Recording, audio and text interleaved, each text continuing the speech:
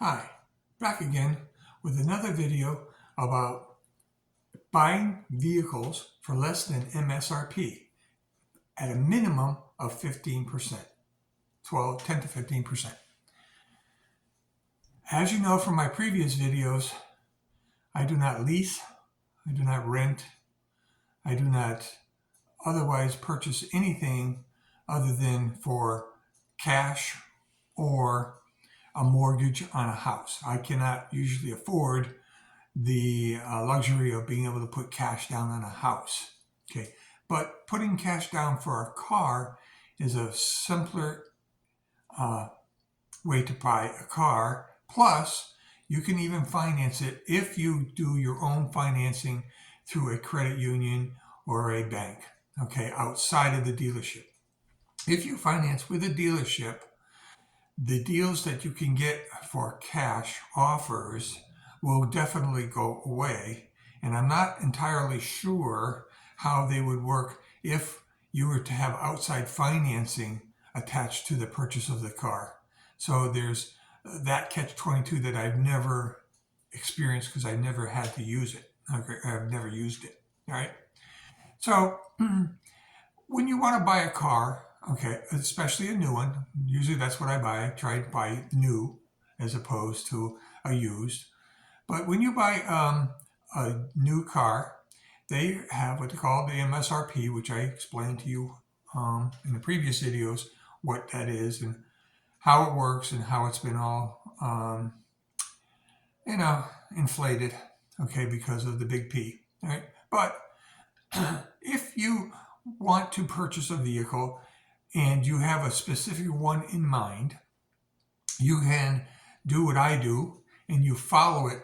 Especially, this is good if you don't have to purchase a vehicle in any time frame. In other words, you're not in a rush to get a vehicle.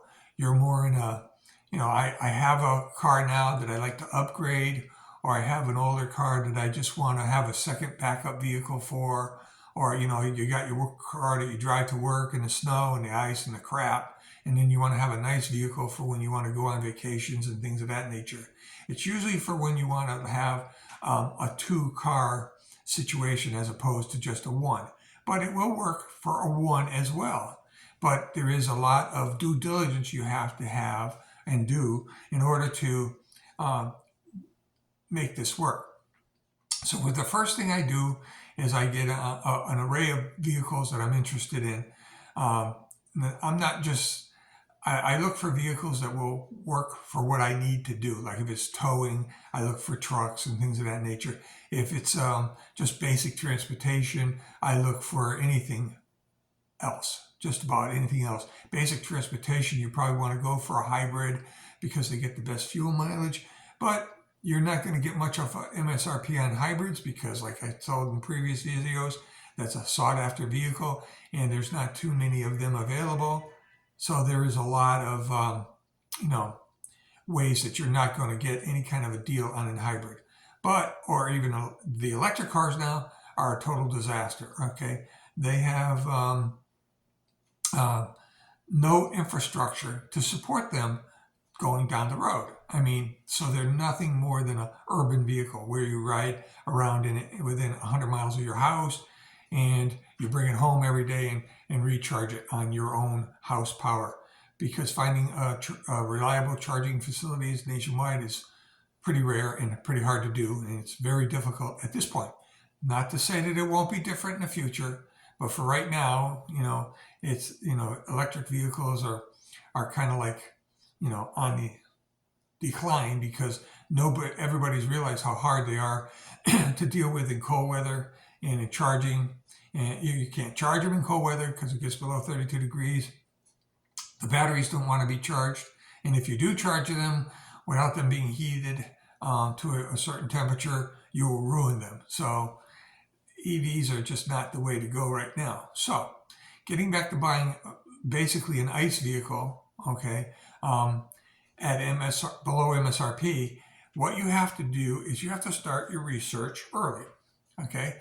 And because of the big P, it delayed me purchasing the vehicle I have now for 4 years because of the big P, okay, and the lack of availability. But now the availability has returned, and there is plenty or big more vehicles available for what I was looking for. I was looking for a towing vehicle that could tow up to like 5,000 pounds. So I was researching, 4 primarily good vehicles that I thought might serve the purpose. Uh, but they all had their drawbacks. But what I do is I get on a, a, a car website like cars.com, but I use autotrader.com, and I just watch the prices and the um, availability and the um, deals that are out there for a specific vehicle I was looking for. So I was looking for a 4Runner for, towing and stuff like that up to 5,000 pounds. And I was also looking for Ridgeline, and I was looking at Nissan Titans and Chevy Silverados, okay, and some F-150s. But for the money and the reliability, I've always favored Toyota. So that's why I did a lot of research and followed the Toyotas quite closely. All right.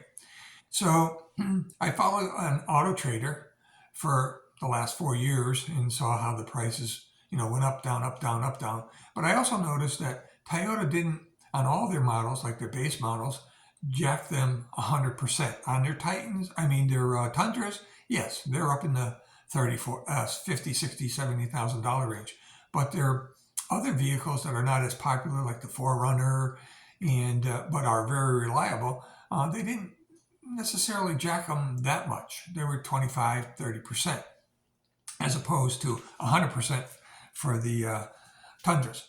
So what I did was I started concentrating my search efforts on, looking at 4Runners and the other vehicles, Ridgeline, Titan, F-150, Silverados, and, the Toyotas, the 4Runners.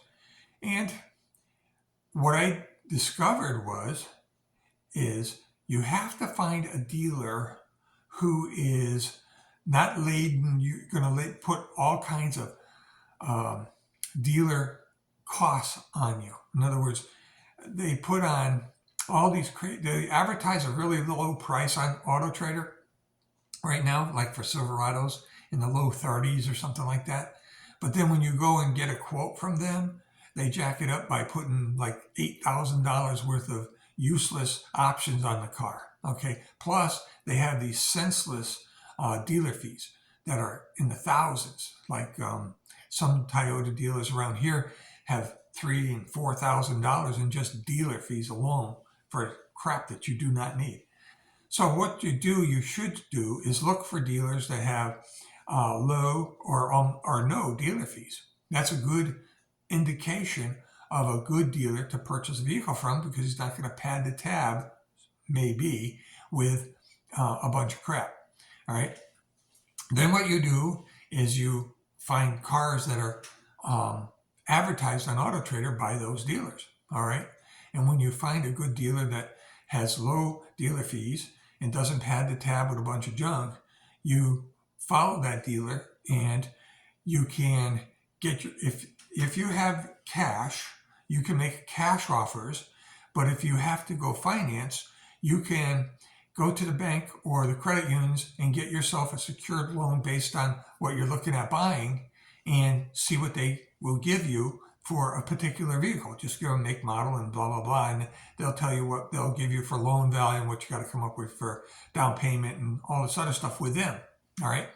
And then you use that amount of money that they will allow you to have to go to these dealers online and just make them a cash, go to their website, make sure they don't have excessive dealer fees, like $250 is not unreasonable for a documentation fee, and $0 is even better.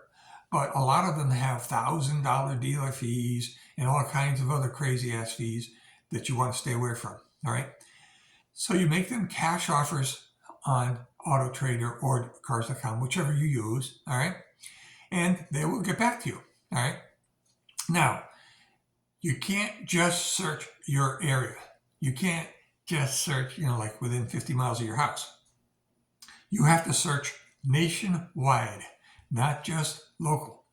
And the only reason for that is all of the dealers in your locale are kind of like, they know they have their thumb on the beat of the heart, for sales in your area. And they're not going to be as competitive as someone who is maybe 1,500 miles or 1,000 miles away, right? And you also have to be willing to travel. If you're not willing to travel, then you're going to have to pay a lot more in to purchase a vehicle. I mean, there's just no doubt in my mind. I've bought 2 vehicles so far. All right, one was in Connecticut. I live in Florida. All right, the other one was in Ohio, and I live in Florida. Okay, but I got a $40,000 car in 2016 for $27,000 plus tax, tag, and title. All right, and then just recently, my 4Runner that I just purchased, a brand new 2023 4Runner, I purchased that for $35,700, and it had an MSRP of $41,200. Okay, so I got approximately 15% off, but also I checked, and it really rolled the price of the MSRPs back to 2018, 2019 pre-pandemic level pricing. In which case, if I had bought one in that era, I could have probably gotten a few $1,000s more off. But in this economic climate, it's almost impossible, okay, to get any better a deal than that for right now. Because see, even Toyotas are starting to come back on lots and become excessive. Like the 4Runners are starting to pile up. The older Tacomas are piling up. The newer Tacomas, I wouldn't buy a new model of anything until it's out 2 or 3 years. So you're kind of like, have to go with the flow but the flow is that more cars are becoming more available in all districts of the country. But you have to be willing to travel to get these deals. So you make your cash offers to people in Indiana, Ohio, Iowa, wherever you have to go, Connecticut, wherever you have to go, wherever you see the deals on AutoTrader, those are the places that you have to go and make your cash offer and be willing to travel to go and get these vehicles. All right. But if you're willing to do the work, in other words, the analysis, and spend a lot of time, every day, pretty much I check the prices every day to see, what the trends are and what they're, where they're going as far as prices are concerned. And then finding a deal, sometimes they just pop up momentarily, like a dealer will come up with a product, a vehicle that they don't feel as though they can sell in their locale. Because that's the other thing, is certain dealers will order or get allotments from Toyota, and they have to take whatever they get. All right. And sometimes Toyota sends them products that are not necessarily suited for their environment or their customer base. Okay. Like for instance, the 4Runner I just purchased was a 2-wheel drive 4Runner, but I bought it in Ohio. In Ohio, 4-wheel drive 4Runners are the thing, okay, because of the ice, the snow, and all that stuff up there. And because they ended up with this in their allotment, I think, from Toyota, which was probably a mistake on Toyota's part, who knows, they ended up with a vehicle that's 2-wheel drive and not very desirable for that particular area of the country. So see, you have to see that certain areas of the country have requirements for the types of vehicles that they sell. All right. And fortunately, I was able to find this dealer who had a very low dealer fee, $250. Okay. And you have to make sure that your dealer will send you a written quote confirmation that is legitimate. In other words, don't even turn your car on and go there unless the deal is more or less solid, okay? And there's not going to be any hanky-panky when I get there, because that's the first thing you ask the salesperson once you get your written quote and you start talking to them on the phone, is you make sure there are no additional dealer fees, confirm that, and you look at the quote very carefully to make sure that there are no accessories added that are just bogus, that you don't need or would want. And then make sure that there are no any other kind of it's just amazing the things that they can throw on an invoice quotation or customer um, or quotation for a vehicle. It's just unbelievable. So once you have your deal basically in writing, they'll usually text it to you or they'll email it to you. Okay, you call them, you get your verbal confirmation that all of these numbers are correct and that the vehicle is available. Okay, and then you tell them, now really good dealers, okay, will reserve that vehicle for you. You'll say, well, okay, I want it for this amount of money. Okay, and after you've done your negotiation, okay, you have a relatively good price in mind. Okay, you'll say, well, I'd like to purchase this vehicle because I have my cash and I'm willing to drive. All right. So then what you do is you confirm that with the dealer. All right. And then a really good dealer, like the one I just dealt with, will move the vehicle off their inventory list and they will reserve it for you because you'll be there in a couple of days if you drive to pick it up. And I do recommend driving because if you get there and there's something wrong with the vehicle, in other words, there's a chip in the door or damage here, whatever, and you decide that the vehicle in itself is a good deal, but the condition doesn't meet your standards or you don't like it for some reason, if you fly in, you're kind of like stuck. You either have to buy the vehicle to drive home or you have to book another flight and figure out a way to get back to your house, which is usually 1,000 miles away in this case, right? So driving there is the best alternative, okay? Because if you get there you have to have a co-driver too to drive your old vehicle back. Unless you can negotiate a trade with the dealer when you get there.